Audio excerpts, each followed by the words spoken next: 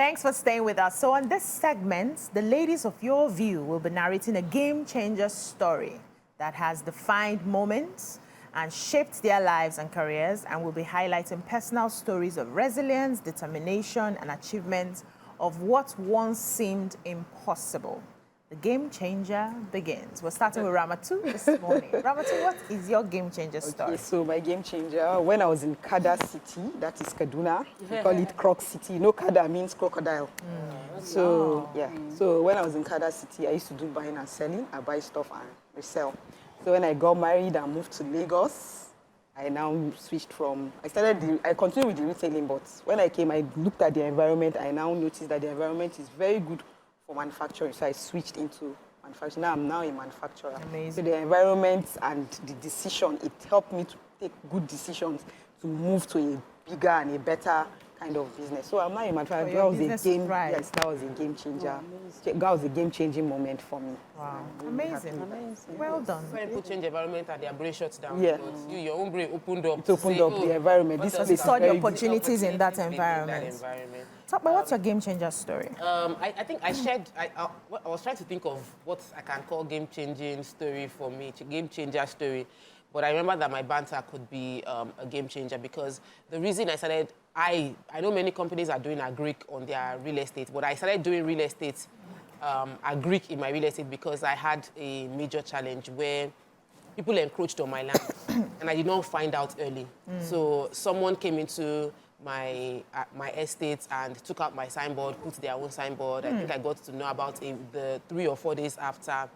And I felt that if I was farming, many customers buy the land, but they don't use their land. Yeah. They keep it to sell For later. years, yeah. If I'm farming on the land, there will always be somebody living on the land. I wouldn't need to pay security man. So the sweet corn is in another estate where we're not even really doing agric there, but the security man is collecting salary every month. I just said, please give him, Corn to plant. let's buy sweet corn seedlings for him. Let him plant sweet corn instead of just collect salary and not doing anything. Just be monitoring the sweet corn. And that's how we now have harvest now. So it's game-changing, because I decided not to let the challenges shrink me, but find innovative ways to expand the solution and opportunities. Mary, anyhow, I'm trying to still market my sweet corn, whichever way.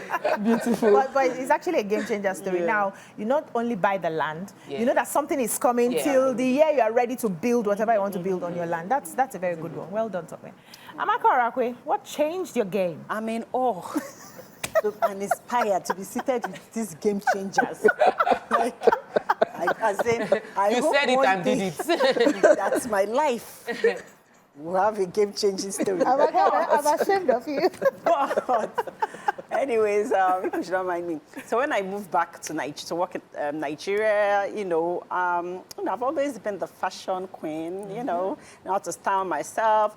Then I'll go for meetings, and people will always say, oh, I like this, I like that. Then I'll travel. And I noticed I was constantly carrying excess luggage. For people. For people, please shop for me, please do for me the house girl work. One day I sat down and I said, no, people cannot be getting this thing for free. My entrepreneurial cap just came up. And then a younger Lagos came about. And then, that's my game-changing story, and I hope I inspired you.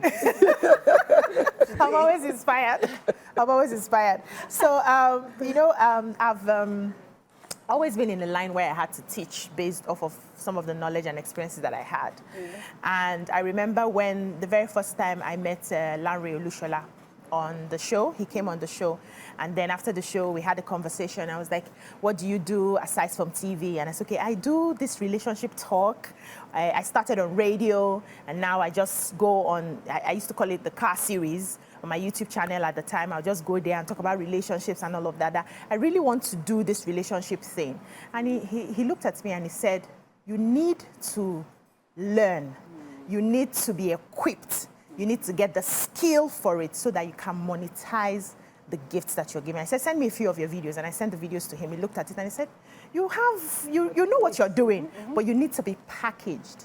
And that was a game changer for me. So he was doing a course at the time, the life coaching course, which I registered and I did for a number of weeks, months. They continued doing the certifications and all of that. And it gave me a better idea of how to monetize the skills that I naturally have. Finally, when I got there, I had to decide to niche, and I didn't want relationship again. Not because I don't like it. I still have a lot of clients who come to me for relationship coaching. I do it actively, just I'm not shouting about it. But it's because I felt like my relationship will be on the spotlight. People will now be looking at how I talk to my husband or how I do this. Like, people have a way of, hey, you that you're teaching somebody, I hope your relationship is cool and all of that. So I didn't want to put my husband in that space. That was why I left it publicly.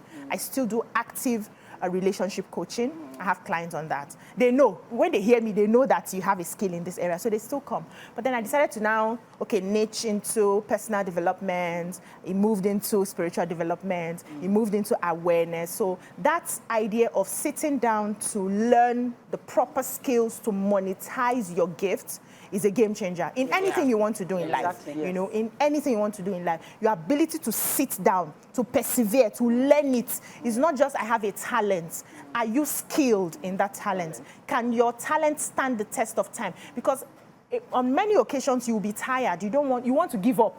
You feel like nothing is happening. I remember the first class I called. I did not have customers or clients, And Topper was like, it doesn't matter. Put another class. It doesn't matter. Put another class, And now when I call for classes, people are signing up before the class comes because they have seen that progress over time. So learning a skill is very important in any gifts that you have, whether it's natural or whether it's something you're interested in. It's important that you learn that skill. It's usually a game changer and it sets you apart. It just sets you apart. I think that's cool for our game-changing story today. We'll take a short break now. When we come back, we'll find some gist and just tantalize the people a bit. Stay with us.